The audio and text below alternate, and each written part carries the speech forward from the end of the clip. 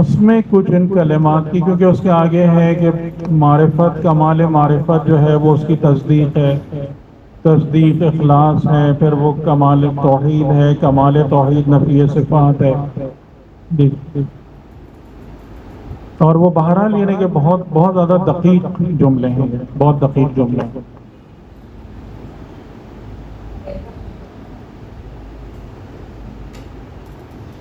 یعنی پہلے ہم معرفت کی منازل کو طے کر لیں، پھر کمال اخلاص اور کمال توحید تک پہنچیں.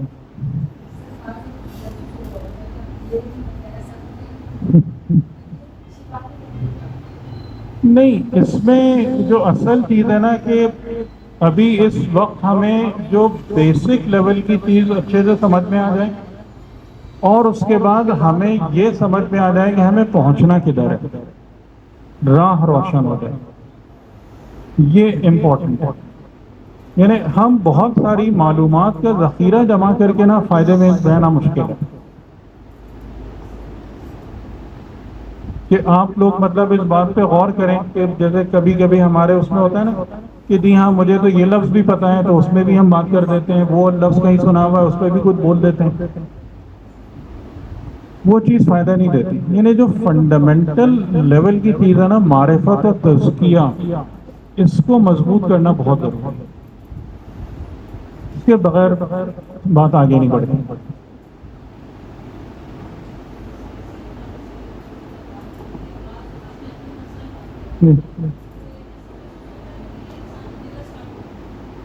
جی جی بالکل بالکل.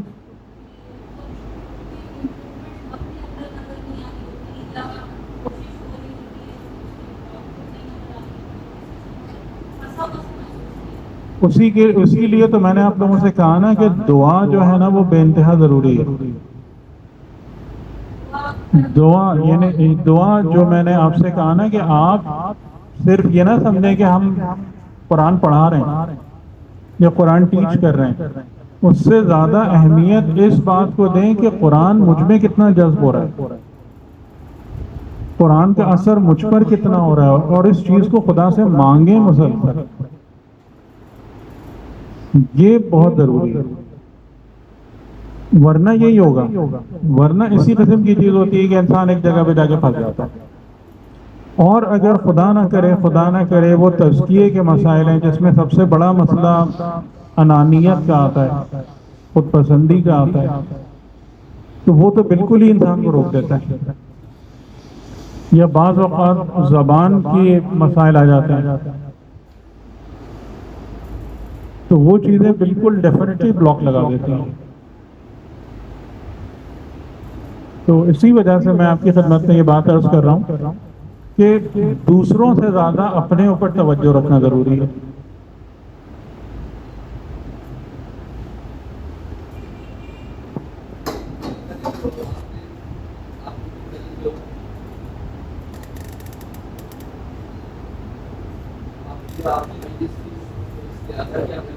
جی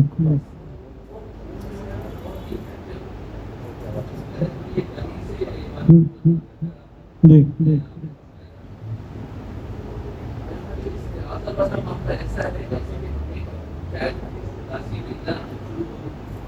بالکل. خدا سے پناہ مانگتے رہنا بے انتہا ضروری ہے.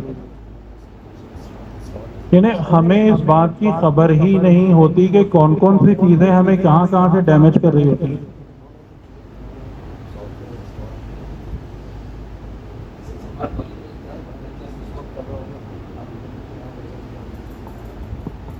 جی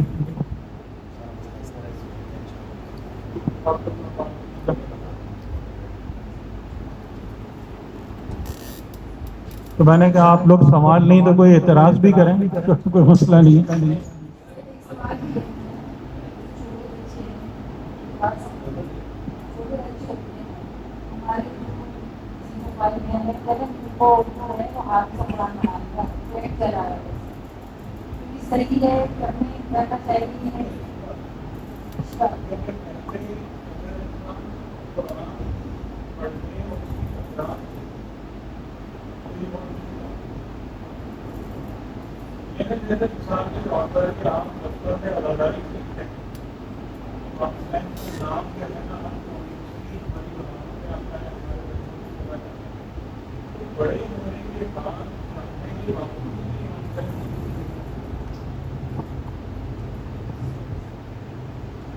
ٹھیک ہے، تو یہ ہیبٹ بھی اچھی چیز ہے.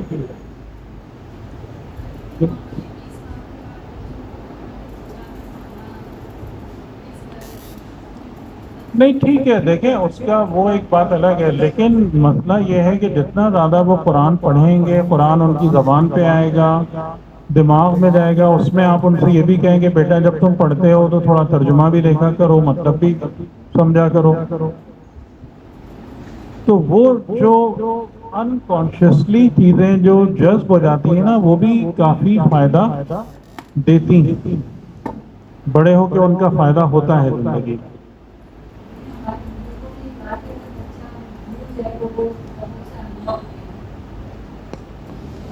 دیکھیں وہ ٹھیک ہے، اس کی پوری کوشش کرے انسان، لیکن وہ وہی بات ہے نا کہ جو میرا خیال ہے کہ بہت سارے لوگ ایک فلسفے پہ عمل کرتے ہیں نا کہ پڑھو ہی نہیں کہ عمل نہ کرنا پڑے، تو وہ صحیح فلسفی نہیں ہے. یعنی انسان جب تک اپنی طرف سے کوشش کرتا رہتا ہے تو خدا کی رحمت اس کے شامل حال ہوتی ہے. رحمت خداوندی کا مسئلہ اسی وقت آتا ہے جب انسان اللہ کے ساتھ ڈاجنگ کرنا شروع ہو جاتا ہے. پرابلم وہاں سے آتی ہے.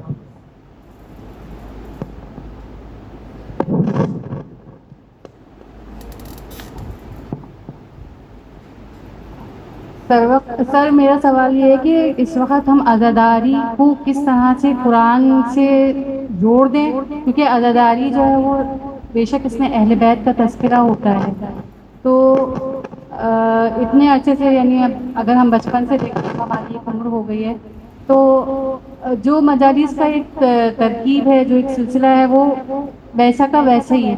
اس میں چینج کیوں نہیں آ رہا؟ مطلب یعنی کہ ہم عملی طور پر کوئی قدم کیوں نہیں اٹھا رہے، یا ہمارے اوپر اتنا کچھ سننے کے بعد وہ اثر کیوں نہیں کر رہی ہیں ان کے پیغامات، چاہے وہ ہمارے ائمہ علیہ السلام ہوں، چاہے وہ قرآنی آیات ہوں. اس وقت ہمارا ایک ہدف یہ ہونا چاہیے کہ ہم جو ہے وہ اپنی ذاکری میں یا اپنی عزاداری میں اس طرح سے قرآن کو بیان کریں کہ مطلب یعنی کہ جو فرش ادا سے اٹھ کے جائے تو وہ اس کو تبرکن لے کے جائے. تو ایسا جو ہے وہ میں نے اپنے بچپن سے جو سنا، تو میں نے آیت اللہ جو ہیں طالب جوہری، ان کی مجالس کو ہم سنتے ہیں تو اس میں ہمیں لگتا ہے کہ وہ ان کی تو ہر بات ہی آیت سے شروع ہوتی ہے اور آیت پر ختم ہوتی ہے. ٹھیک ہے نا، میرا اتنا بھی مطالعہ اور اتنی میں نے نہیں سنی ہے، صرف فقط ان کو ہی سنا ہے، یا آج کے دور میں عقیل الغربی کو میں سن رہی ہوں.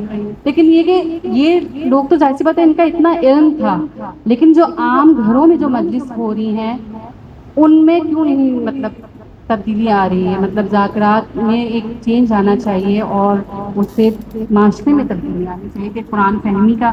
بہرحال یہاں پر جو میں نے قرآن فہمی کا جو کورس کیا، اس سے میں نے بہت کچھ سیکھا، اور میں کوشش میں ہوں کہ معاشرے میں مطلب جو عام خواتین ہاؤس وائف وغیرہ ہیں ان کو مدعو کر کے اور ان کو باقاعدہ کریں. لیکن یہ کہ یہ ایک سلو پروسیس ہے، میں مانتی ہوں، لیکن مجھے یہ لگتا ہے کہ یہ اگر عزاداری کے تھرو کیا جائے تو یہ بہت فاسٹ.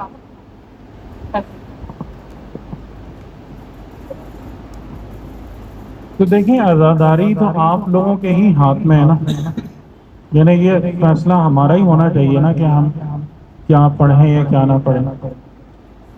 اس میں جو مجھے بات نظر آتی ہے نا، اب آپ نے کچھ لوگوں کے نام بھی لیے، یعنی میرے نقطہ نظر سے اگر میں کسی کو کہوں کہ جس نے ممبر سے قرآن بیز مجالس پڑھی ہیں، اب تقریباً میں اردو نہیں زیادہ سنتا علماء کو، خطباء کو، لیکن میرے حساب سے وہ صرف رشید ترابی ہے. یعنی صرف وہ ایک ایسے عالم ہیں کہ جنہوں نے ممبر سے قرآن کی بنیاد پر ایک بات بتانے کا حق ادا کیا. ٹھیک ہے، باقی جو لوگ ہیں نا ان کے ساتھ مسئلہ یہ ہے کہ وہ قرآن کی آیتیں تو پڑھتے ہیں، لیکن اس سے جو نتیجہ اخذ کر رہے ہوتے ہیں نا، وہ اس میں پرابلم ہو جاتی ہیں. اور جو بیچارے لوگ نیچے بیٹھے ہوتے ہیں کہ جن کو پتہ ہی نہیں ہوتا، یعنی میں نے بہت دفعہ یہ بات دیکھی ہے کہ جو صاحب ممبر پہ بیٹھے ہیں نا، وہ پتہ نہیں کیا غلط سلط بول کے چلے گئے، ایون آیت بھی غلط پڑھ دی. اب نیچے والے کو کوئی خبر ہی نہیں ہے، کیونکہ اس کو پتہ ہی نہیں ہے قرآن کا کہ وہ کیا بول رہا ہے. اور سب سے جو بڑی مصیبت ہے کہ جو سامعین ہیں وہ خود جا کے کسی بات کو چیک ہی نہیں کرتے. یعنی میں تو ہمیشہ آپ لوگوں سے کیا کہتا ہوں، بھائی جو میں بات کہہ رہا ہوں اس کو فیس ویلیو پہ نہ لیں، آپ خود دیکھیں، آپ ریسرچ کریں، تحقیق کریں. اور میں بار بار آپ لوگوں سے کہتا ہوں میری گفتگو پر تنقید کریں، مجھے کوئی برا نہیں لگے گا. ٹھیک ہے، تو یہ والا جو ایسپیکٹ ہے نا، وہ ہمارے مطلب اردو اسپیکرز میں یہ بہت زیادہ لیکنگ ہے کہ جو لوگ قرآن کی آیتیں پڑھ بھی رہے ہوتے ہیں وہ مطلب بہت کم ادا کرتے ہیں کہ جو قرآن بتانا چاہ رہا ہوتا ہے. یہ بھی ایک پرابلم ہے. ٹھیک ہے، تو اچھا اس کا حل کیا ہے؟ اس کا حل یہ ہے کہ اب آپ لوگ اگر قرآن سے دلچسپی رکھتے ہیں تو آپ ایک مناسب تفسیر لے کر، یا جیسے مثال کے طور پر اگر ہم نے جو الحمدللہ اب تقریباً ہمارے 190 تک لیکچرز ہو گئے آپ لوگوں کے ساتھ، تو اگر اس کو آپ شروع سے آخر تک سنیں تو آپ کو انشاءاللہ اس میں سے بہت سارے مطالب ملیں گے اور وہاں سے آپ کی ایک فکر بنے گی. ٹھیک ہے، وہ فکر بننا ضروری ہے. تو آپ کا وہ جو سوال ہے نا کہ کیوں نہیں ہو رہا، وہ اسی وجہ سے نہیں ہو رہا کہ یا تو قرآن کے صرف ظواہر پہ زور ہے، یعنی قرأت و تجوید ہے، یا جو لوگ قرآن پڑھ رہے ہیں وہ ان کو پتہ ہے کہ نیچے والے لوگ بالکل ہی فارغ ہیں، تو وہ اس کا حق ادا نہیں کر رہے، یعنی جو قرآنی تعلیمات ہیں اس کا حق ادا نہیں کر رہے. اور تیسرے مرحلے پر جو مین پرابلم ہے، جو آپ نے عزاداری کی طرف اشارہ کیا، کہ وہاں پر جتنا زور ہے نا وہ اس بات پر ہے کہ مثال کے طور پر امام حسین ہمیں کیسے بخشوا دیں گے. وہاں پر زور اس بات پر نہیں ہے کہ ہمیں امام حسین سے کچھ سیکھنا ہے یا ہمیں امام حسین کے ذریعے سے کچھ حاصل کرنا ہے، کچھ بننا ہے. یہ زور نہیں ہے کسی کا. جی، تو پرابلم یہاں پہ آ رہی ہے نا. اور اسی چیز کو میں بار بار کہتا ہوں کہ اپنی ڈائریکشن جب تک آپ صحیح نہیں کریں گے اس وقت تک، یعنی وہی جو ان مجالس میں بھی میں نے بات کی کہ جب تک آپ اپنی رسپانسبلٹی خود نہیں لیں گے، جب تک آپ اس بات کے قائل نہیں ہوں گے کہ میری زندگی وہی ہے جو میں بناؤں گا، یعنی جنت خیراتی صدقاتی طور پہ نہیں ملتی ہے، جب تک ہم اس سوچ فکر سے باہر نہیں آئیں گے. یعنی اگر میں وہی بات کروں نا کہ ان تمام چیزوں کو آپ اپنی دنیا میں دیکھ لیں نا،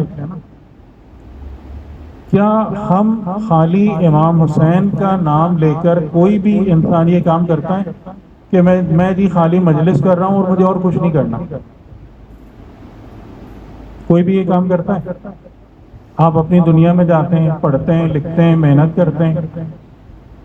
تو میں یہ کہوں کہ بھئی آپ اگر اپنی ہمیشہ کی زندگی کے لیے اس بات کے قائل ہو کے بیٹھے ہوئے ہیں کہ امام حسین کا یا ائمہ کا نام لے کر آپ کو ساری چیزیں مل جائیں گی، تو اپنی دنیا کے لیے کیوں نہیں اس بات کے قائل ہوتے؟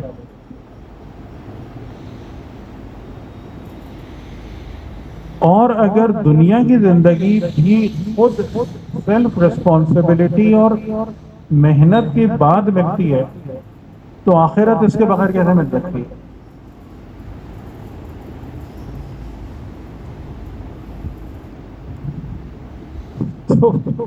یعنی جس چیز کا اگر پایا ہی اتنا غیر محکم ہوگا تو اس سے آپ کو کیا ایکسپیکٹیشن ہے کہ وہاں سے کیا خیر برآمد ہوگا؟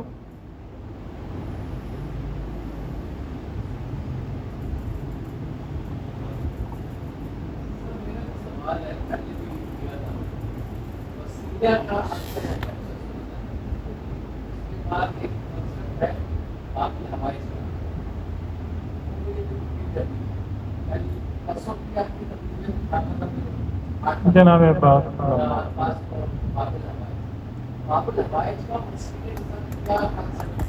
دیکھیں اگر آپ وہ والی مثال لیتے ہیں نا جو میں نے میگنیٹک فیلڈ والی مثال دی تھی، تو اس میں وسیلہ جو ہے وہ وہی میگنیٹ ہے نا، مقناطیس ہے.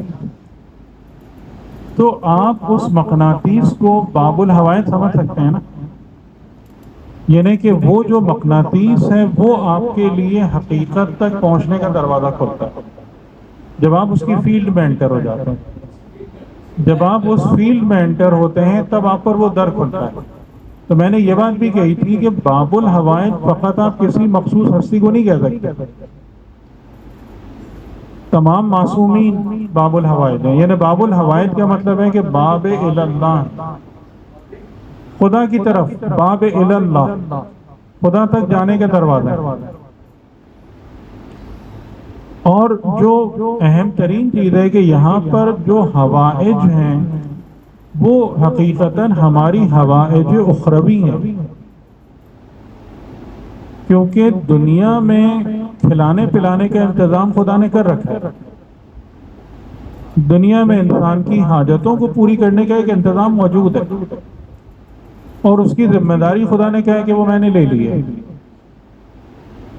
وَمَا مِن دَابَّةٍ فِي الْأَرْضِ إِلَّا رِزْقُهَا عَلَى اللَّهِ،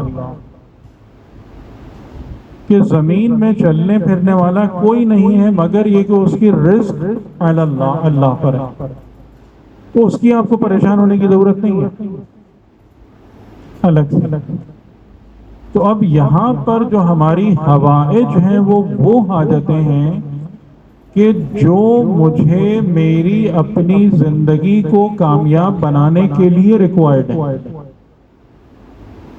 یعنی مجھے بامعرفت ہونا ہے، مجھے باتزکیہ ہونا ہے. اور جو فکر ہمیں قرآن اور معصوم عطا کرتے ہیں وہ یہ کہ کوشش تم کرتے ہو، نتیجہ ادھر سے ملتا ہے.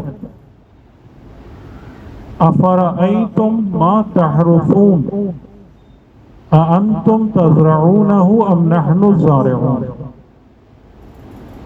تمہارا کام کیا ہے؟ زمین ہموار کر کے بیج ڈال دینا. حرث تم کر سکتے ہو، زراعت نہیں اگا سکتے تم. انتم تزرعون، یہ حوائج ہیں ہماری کہ جو میں نے زمین صاف کر کے بیج بویا ہے یا خدا اس سے درخت اگا دے. اور یہ کب ہوگا؟ جب آپ ان سے اٹیچ ہوں گے، یعنی جب آپ اس فیلڈ میں آئیں گے.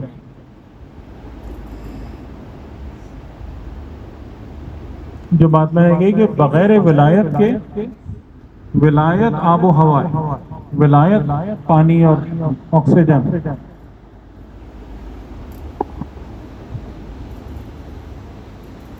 تو ہم نے اس چیز کو سارا وہ اپنے کھانے پینے کے چکر میں لگا دیا، حوائج کو.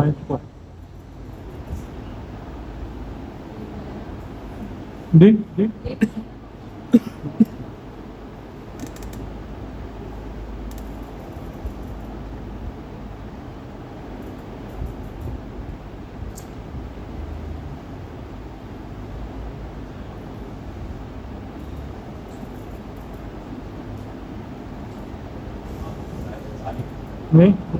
نہیں چائے وغیرہ کوئی مسئلہ نہیں. آپ بھی اسی میں ہی لگ گئے ہیں. اصل حوائج کی فکر کریں.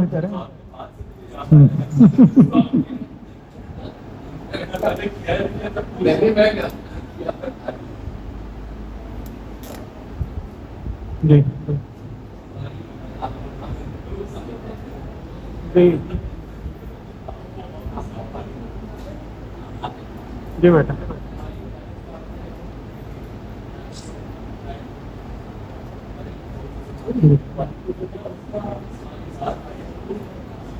یہ تو آپ خود دیکھیں نا، کسی اور سے پوچھنے کی کیا ضرورت ہے. یہ تو آپ خود دیکھیں کہ آپ پر اثر پڑتا ہے کہ نہیں پڑتا. یعنی یہ چیز کوئی اور کیسے بتائے گا کہ آپ پر. فار ایگزامپل میں بھی شروع میں اس قسم کی مجالس میں جاتا تھا جب میں آپ کی ایج کا تھا یا آپ سے بھی چھوٹا تھا، لیکن جب میں نے اس بات کو محسوس کیا کہ یہ والی مجالس جو ہیں ان سے مجھے کوئی فائدہ نہیں ہو رہا، میں نے اس کو چھوڑ دیا.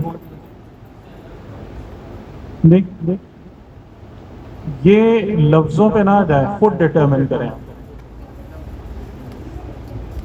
آپ کسی کی بات نہیں سنیں. اس بات کا پتہ آپ کو خود چلنا چاہیے کہ آپ جو بھی کام کر رہے ہیں اس کا آپ کو فائدہ ہو رہا ہے یا نہیں ہو رہا. کسی کا کوئی کلیم، کسی کی کوئی بات کوئی حیثیت نہیں رکھتی. یعنی میں یہ کہتا ہوں کہ بھئی جو بات میں کہہ رہا ہوں آپ اس کو خود چیک کریں اپنی زندگی میں. میں کوئی زبردستی آپ سے تھوڑی منوانا چاہ رہا ہوں کچھ بھی. یعنی ہم آپ سے یہ بات کہہ رہے ہیں کہ یہ پیغام ہے خدا کا، یہ اس کا یہ ثبوت ہے، یہ ریفرنس ہے، آپ اپنی زندگی میں اڈاپٹ کریں اور چیک کریں صحیح ہے یا نہیں. یہ طریقہ ہوتا ہے. باقی آپ اس پر اگر کچھ بھی کرتے رہیں تو اس بحث کا کوئی فائدہ نہیں ہے.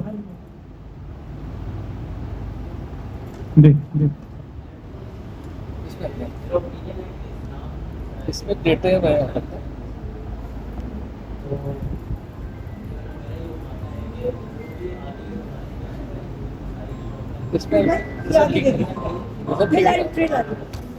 ملنا چاہیے. دیکھ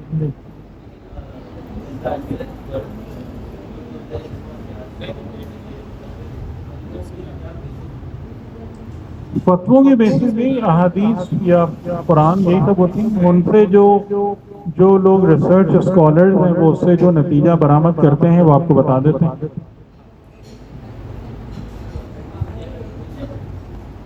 تو آپ خود مجتہد بنیں، تو آپ خود ان تمام کتابوں کو دیکھیں، پڑھیں، اسٹڈی کریں تو آپ کو خود سمجھ میں آ جائے. جی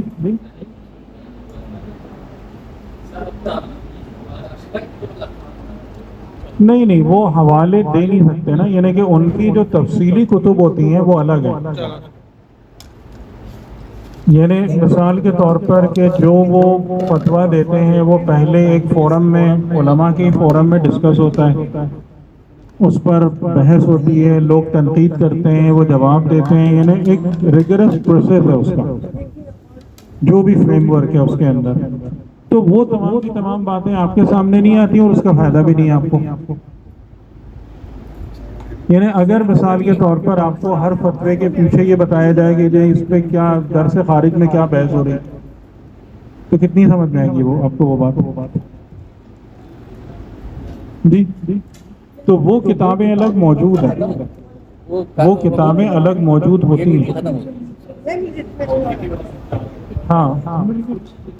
ہاں یعنی وہی ہے کہ آپ بالکل کہ آپ ڈاکٹر کے پاس جائیں اور آپ اس سے کہیں کہ جو بھی دوا ہے مجھے اس کی کیمیکل کمپوزیشن بتاؤ، مجھے اس کی بایولوجی بتاؤ، کیمسٹری بتاؤ، تو وہ تو بہت مشکل ہو جائے گا. اور ڈاکٹر آپ کو وہ بتانے بیٹھ جائے گا تو آپ کا علاج کب کرے گا؟ تو آپ کو اگر وہ پڑھنا ہے، دیکھنا ہے، آپ سب کو جی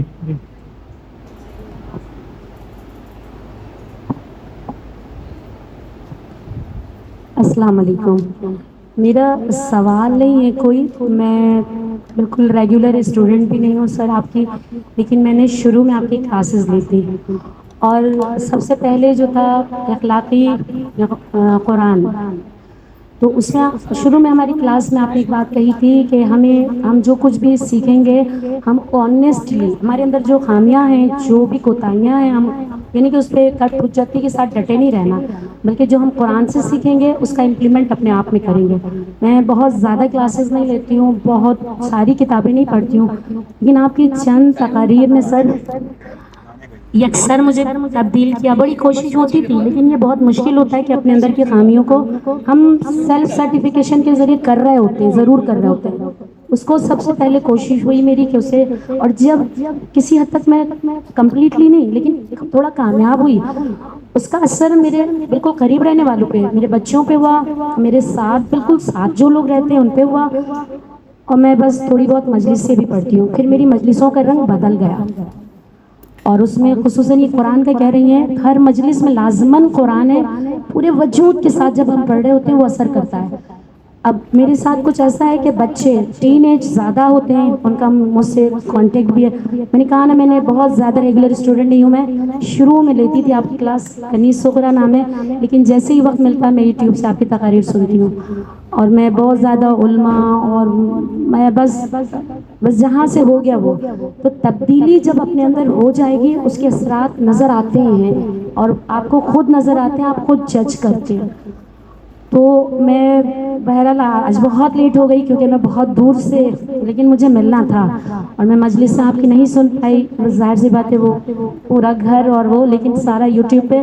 سر میں مستفید بھی ہوتی ہوں اور مجھ سے ریلیٹ جتنے میرے بچے بہن ہم لوگ سب اس پہ گفتگو کر رہے ہوتے ہیں. اور ہم کام ضروری نہیں ہے کہ میں ہر کلاس نہیں کر پاتی مینج میں تھوڑا سا، لیکن بہرحال اتنے سے بھی بہت تبدیلی کہ لوگ اب باقاعدہ کہتے ہیں کہ وہ مجلسیں الگ ہو گئی ہیں. تو مجھ سے پوچھتے ہیں آپ نے کورسز کر لیے ہیں، کچھ جوائن کر لیا ہے؟ تو مطلب تھوڑا بھی سیکھیں، اس پہ امپلیمنٹ کریں. خدا ساتھ دیتا ہے اور بہترین ساتھ دیتا ہے. بہت شکریہ سر، ہمیشہ آپ میری دعاؤں میں رہتے ہیں. خدا آپ کو صحت کے ساتھ سلامت رکھے، مستفید ہوتے رہیں.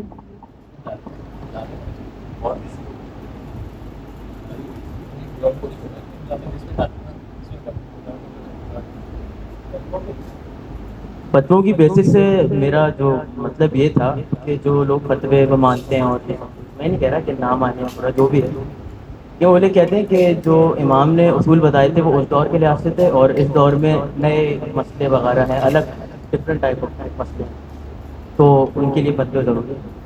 لیکن جیسا کہ تھا کہ ہم نے اسلام کمپلیٹ کر دیا ہے. آئی تھنک کہ جو اسلام کے لاز ہیں، ہاں، تو وہی اصول تا قیامت اپلائی ہوتے ہیں میرے اوپینین. لیکن لوگ جو کہتے ہیں وہ کہتے ہیں کہ ابھی کا دور الگ ہے اور تب کا دور الگ ہے. سوشل لائف زیادہ تر الگ ہو گئے، سوشل لوگوں کے جو ریلیشن وغیرہ، ٹیکنالوجی نہیں.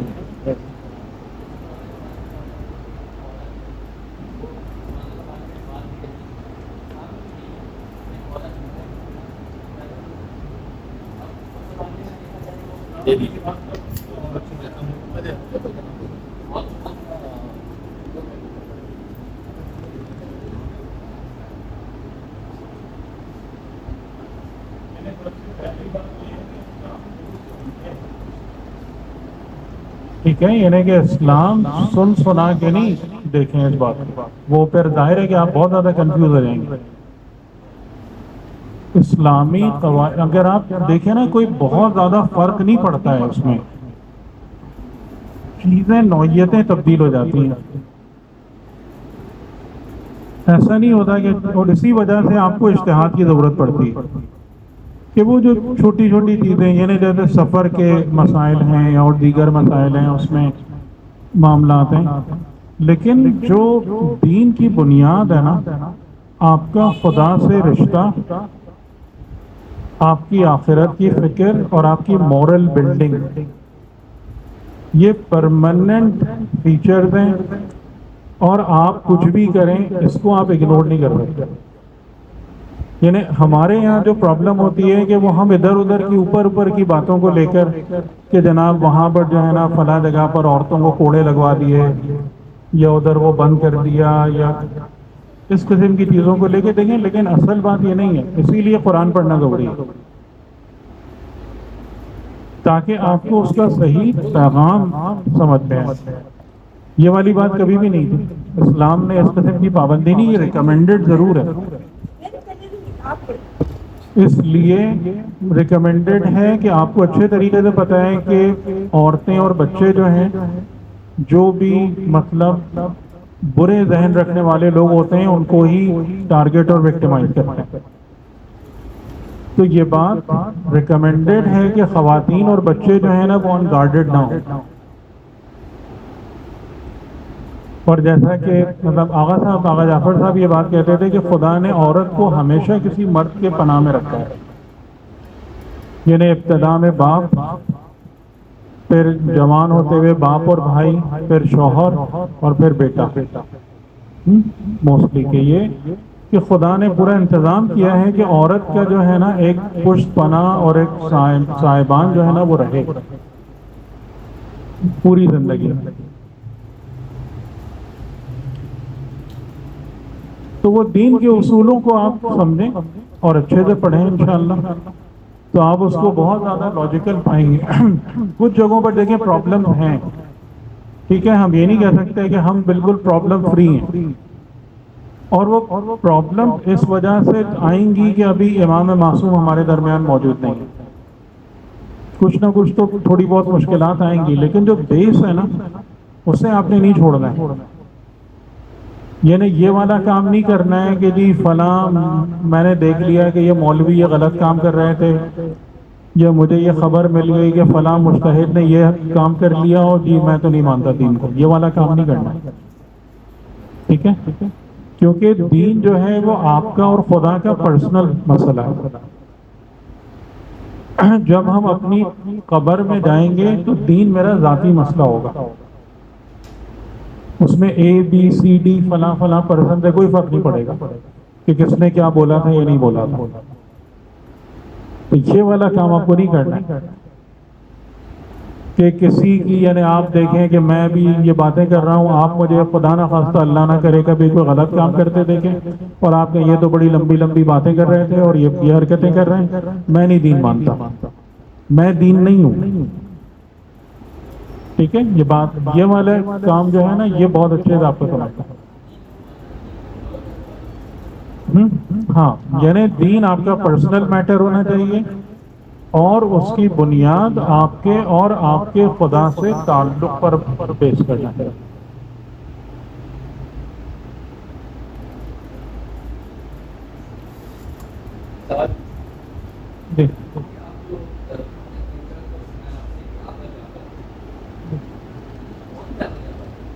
یہ رضی جعفر صاحب کے بڑے بھائی تھے, لیکن یہ کہ ان کا جو وہ تھا وہ بہت زیادہ اس طرف تھا, مطلب قرآن اور عرفان کی طرف ان کا رجحان کافی تھا.